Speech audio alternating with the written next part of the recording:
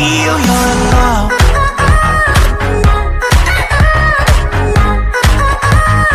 I just wanna feel your love.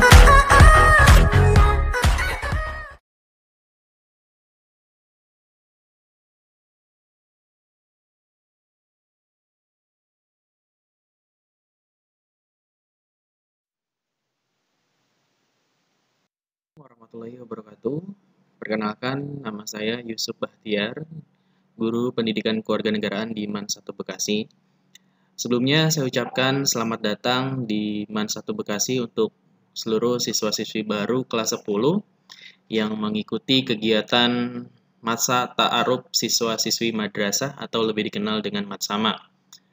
Walaupun dalam kegiatan Matsama tahun ini diselenggarakan secara virtual atau online, tapi mudah-mudahan tetap terjaga semangat belajarnya untuk mencari ilmu pengetahuan dan terutama dalam mengenal MAN 1 Bekasi di kegiatan awal ini. Baiklah, di sini saya akan berbagi informasi dan pengetahuan mengenai critical thinking dengan subtemanya adalah kemampuan berpikir kritis melalui kegiatan literasi. Nah, apa saja sih yang akan dibahas pada materi kali ini? Di abad ke-21 ada 4 skill atau kemampuan yang harus dimiliki oleh seorang pelajar ataupun pemuda. Di antaranya adalah yang pertama, critical thinking. Apa itu critical thinking? Kemampuan untuk memahami sebuah masalah yang rumit, mengkoneksikan informasi satu dengan informasi lain, sehingga akan muncul berbagai perspektif dan menemukan solusi dari suatu permasalahan. Nah, yang kedua, collaboration. Kemampuan untuk bekerja sama, saling bersinergi, beradaptasi dalam berbagai peran dan tanggung jawab. Nah, yang ketiga, communication, atau kemampuan mentransfer informasi baik secara lisan maupun tulisan. Yang keempat, creativity. Kemampuan untuk mengembangkan, melaksanakan, dan menyampaikan gagasan baru kepada yang lain. Nah, keempat, skill ini harus benar-benar kalian kuasai dan bisa kalian terapkan dalam kehidupan sehari-hari. Namun, yang pertama saya akan bahas pada kesempatan kali ini adalah mengenai critical thinking. Kenapa harus memiliki keterampilan berpikir kritis dalam kehidupan kita sehari-hari? Nah, di sini saya akan mencoba untuk bahas beberapa poin terkait kenapa sih harus kita belajar tentang berpikir kritis ini. Nah, yang pertama ini kita sudah masuk ke dalam era keterbukaan informasi. Nah, di mana setiap apalagi di negara kita ini ada secara prinsip negara kita ini adalah menganut asas hukum, di mana kebebasan berbicara, mengutarakan pendapat, mendapatkan dan menyebarkan informasi itu dijamin oleh Undang-Undang Dasar Negara Republik Indonesia tahun 1945. Saya akan bacakan dasar hukum yang berkaitan dengan keterbukaan informasi yang bisa dilakukan oleh warga negara Indonesia. Yang pertama, pada pasal 28E ayat 3 Undang-Undang Dasar 1945 berbunyi, setiap orang berhak atas kebebasan berserikat, berkumpul, dan mengeluarkan pendapat. Nah, selanjutnya pada pasal 28F Undang-Undang Dasar 1945 yang berbunyi, setiap orang berhak untuk berkomunikasi dan memperoleh informasi untuk mengembangkan pribadi dan lingkungan sosialnya, serta berhak untuk mencari, memperoleh, memiliki, menyimpan, mengolah, dan menyampaikan informasi dengan menggunakan segala jenis saluran yang tersedia. Nah, inilah jaminan hukum terkait dengan bagaimana setiap warga negara itu dijamin dalam kebebasan berpendapat atau mengutarakan pendapatnya di muka umum, begitu juga dalam mengelola informasi-informasi yang ada di lingkungan sehari-hari. Nah, di alasan kedua ini, kita sudah masuk dalam era digital, di mana setiap warga negara atau masyarakat itu terkoneksi dengan yang namanya teknologi informasi. Setiap orang sudah memegang yang namanya handphone, terus komputer, bahkan dibantu juga dengan aplikasi atau media sosial lainnya. Sehingga pesatnya kemajuan teknologi ini mempengaruhi juga akses dalam memperoleh informasi. Kalau dulu kita mendapatkan informasi atau mendapatkan sebuah pengetahuan, kita harus mencari buku atau membaca buku dan juga mencari berita atau informasi melalui surat kabar. Saat ini polanya sudah berubah.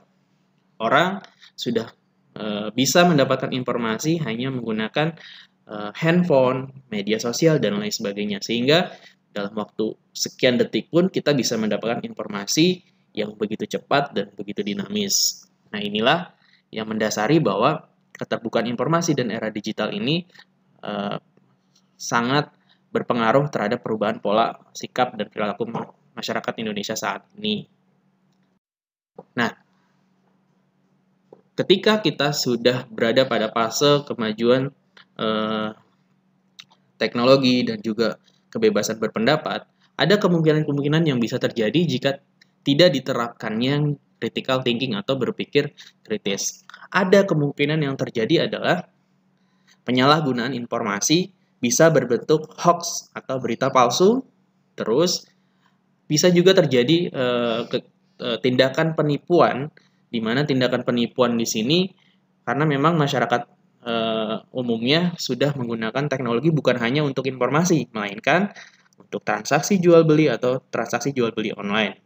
Bahkan dari informasi yang didapat masyarakat juga bisa menimbulkan yang namanya konflik di masyarakat. Misalkan sebuah berita yang mengandung hoax bisa menimbulkan fitnah, dan fitnah tersebut bisa berdampak buruk, memecah belah masyarakat dan membuat gaduh di dalam kehidupan sehari-hari. Nah, apa sih keterampilan berpikir kritis ini? Nah, saya mengutip dari kajian pustaka.com bahwa suatu kemampuan seseorang dalam menganalisis ide, gagasan secara logis, reflektif, sistematis, dan produktif untuk membantu membuat, mengevaluasi, serta mengambil keputusan tentang apa yang diyakini atau akan dilakukan sehingga berhasil dalam memecahkan suatu masalah yang dihadapi. Nah, dari penjelasan tersebut ada beberapa inti pembahasan. Nah, inti tersebut bahwa seorang yang memiliki kemampuan berpikir kritis itu biasanya dalam proses berpikirnya itu memiliki 3 hal: sistematis, logis, dan objektif. Sistematis di sini adalah proses berpikirnya itu teratur, selalu mencoba untuk menganalisis atau mengidentifikasi suatu informasi secara utuh, menyeluruh, dan memperhatikan juga sebab akibat. Jadi ketika dia mendapatkan informasi, dia selalu mencari seluk-beluk informasi tersebut dan tidak mengambil informasi secara sebagian. Jadi sampai benar-benar informasi yang dia dapatkan itu secara utuh dan benar-benar yakin informasinya dan juga bisa diketahui sebab akibat informasi tersebut. Nah, yang selanjutnya adalah logis dan objektif. Logis objektif di sini adalah proses berpikirnya itu menggunakan logika, rasional, dan masuk akal tentunya, serta bukan didasarkan penilaian perasaan pribadi atau bersifat subjektif, melainkan berdasarkan fakta, data, dan kenyataan. Karena memang ketika seseorang mempunyai kemampuan berpikir kritis, tentunya selalu mencoba untuk skeptis atau mempertanyakan suatu informasi itu bukan didasarkan pada satu sumber. Jadi dia selalu mencari sumber-sumber informasi lain yang memang membantu untuk meyakinkan informasi tersebut sehingga dapat disimpulkan bahwa informasi tersebut menjadi suatu fakta atau suatu kenyataan. Nah, ada beberapa kegiatan literasi yang dapat mendukung seseorang untuk memiliki keterampilan berpikir kritis. Nah, yang pertama, luangkan waktu membaca buku untuk menambah wawasan. Ketika seseorang memiliki wawasan yang sangat banyak atau sangat luas, otomatis banyak hal yang dia tahu. Sehingga agar terhindar dari namanya berita palsu atau hoax, seseorang tersebut bisa melakukan dengan aktivitas membaca buku atau sekarang itu sangat banyak buku bukan hanya didapatkan di perpustakaan tapi bisa juga ada aplikasi dari iPusnas atau Perpustakaan Nasional yang bisa kamu baca melalui elektronik buku. Nah, itu bisa membantu wawasan kamu agar terhindar dari namanya hoax. Dan yang kedua, rutin mengikuti kegiatan diskusi. Nah, setelah kamu membaca buku, tentunya apa yang kamu baca itu bukan kamu langsung simpulkan, tapi baiknya kamu diskusikan dengan orang-orang terdekat kamu atau dengan guru-guru kamu, dengan teman-teman kamu, dengan orang tua kamu, agar apa yang kamu dapatkan itu bisa mendapat referensi atau tambahan pengetahuan lain. Mungkin saja kamu ketika membaca buku ada istilah-istilah yang tidak kamu pahami atau ada konsep-konsep yang tidak kamu pahami. Melalui momen diskusi itulah ada yang namanya hubungan timbal balik dalam berbagi informasi dan pengetahuan. Sehingga mungkin secara teori kamu mungkin kurang paham, secara praktiknya bisa dilengkapi oleh kegiatan diskusi tersebut. Nah, yang ketiga, cross-check informasi dari berbagai sumber terpercaya. Nah, ini penting juga nih, bahkan dalam konsep Islam dikenal dengan namanya tabayun. Ketika kamu mendapatkan informasi, misalkan kamu mendapatkan informasi dari grup WhatsApp. Biasanya kan setiap menit kadang-kadang ada informasi yang sering masuk. Nah, kamu coba untuk mencari penyanding informasi tersebut dari sumber-sumber lain. Misalkan bisa dari media berita mainstream seperti berita-berita yang ada di televisi, terus surat-surat kabar yang memang menjadi media-media nasional, terus coba untuk bertanya juga ke orang-orang terdekat kamu. Apakah berita tersebut sumbernya terpercaya? Apakah berita tersebut memuat data atau fakta? Ketika memuat data dan fakta, mungkin itu bisa membantu kamu untuk meyakini bahwa berita itu tuh bukan hoax. Nah, yang keempat, tidak langsung menyimpulkan secara utuh sesuatu informasi yang kamu dapat juga tidak utuh. Nah, jadi, ketika dapat informasinya baru satu sumber, jangan dulu menyimpulkan. Coba tadi dengan konsep cross-check atau tabayun dari yang lainnya.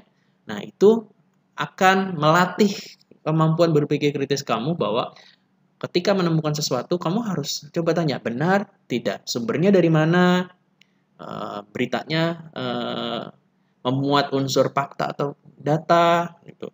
Narasumbernya siapa, dan lain sebagainya. Seperti itu kegiatan literasi yang bisa membantu menguat keterampilan berpikir kritis kamu. Apalagi di era digital saat ini, banyak hal-hal yang mungkin di satu sisi positif, informasi mudah dapat. Tapi di satu sisi membuat kita jadi malas untuk mencari informasi yang memang secara data dan faktanya itu terbukti. Gitu. Nah, ketika seseorang bisa melatih kemampuan berpikir kritisnya, otomatis dia akan bisa mencegah terjadinya propaganda negatif atau proses yang sifatnya dapat mengadu domba seseorang dengan berita-berita hoax tersebut. Gitu. Jadi ketika kamu berpikir kritis, kamu juga bisa belajar juga bagaimana memilah mana berita yang terbukti kebenarannya, mana berita yang tidak. Jadi kamu tidak mudah tuh terpengaruh oleh berita-berita hoax atau berita-berita bohong. Yang kedua, mencegah dari namanya fitnah. Nah, oke. Sudah jelas kalau sudah bisa membedakan mana berita benar atau berita bohong, hal-hal seperti ini tuh bisa kamu hindari. Nah, yang terakhir, mencegah konflik dan perpecahan. Ini yang paling bahaya. Banyak terjadi permasalahan-permasalahan sosial atau kerusuhan-kerusuhan tadi itu didasarkan oleh berita informasi yang datang di lingkungan kita, tapi belum jelas bukti atau sumber kebenarannya. Seperti itu. Nah, mungkin sampai di situ saja penjelasan dari saya terkait dengan pengenalan awal tentang critical thinking atau kemampuan berpikir kritis. Dan mudah-mudahan kalian tidak puas dengan apa yang saya sampaikan pada kesempatan kali ini. Kalau Anda tidak puas, berarti Anda boleh mencari lain informasi-informasi yang dianggap bisa membantu Anda untuk meyakini informasi-informasi yang tadi saya sampaikan. Tuh. Karena ya tadi untuk melatih kemampuan berpikir kritis, kamu harus terus mencari informasi, terus bertanya, terus berdiskusi sampai benar-benar kamu yakini informasi tersebut. Semoga bermanfaat. Mudah-mudahan kegiatan Maksama tahun ini bisa membuat kesan yang baik buat kalian. Terima kasih. Saya akhiri. Assalamualaikum warahmatullahi wabarakatuh. Jangan lupa bahagia.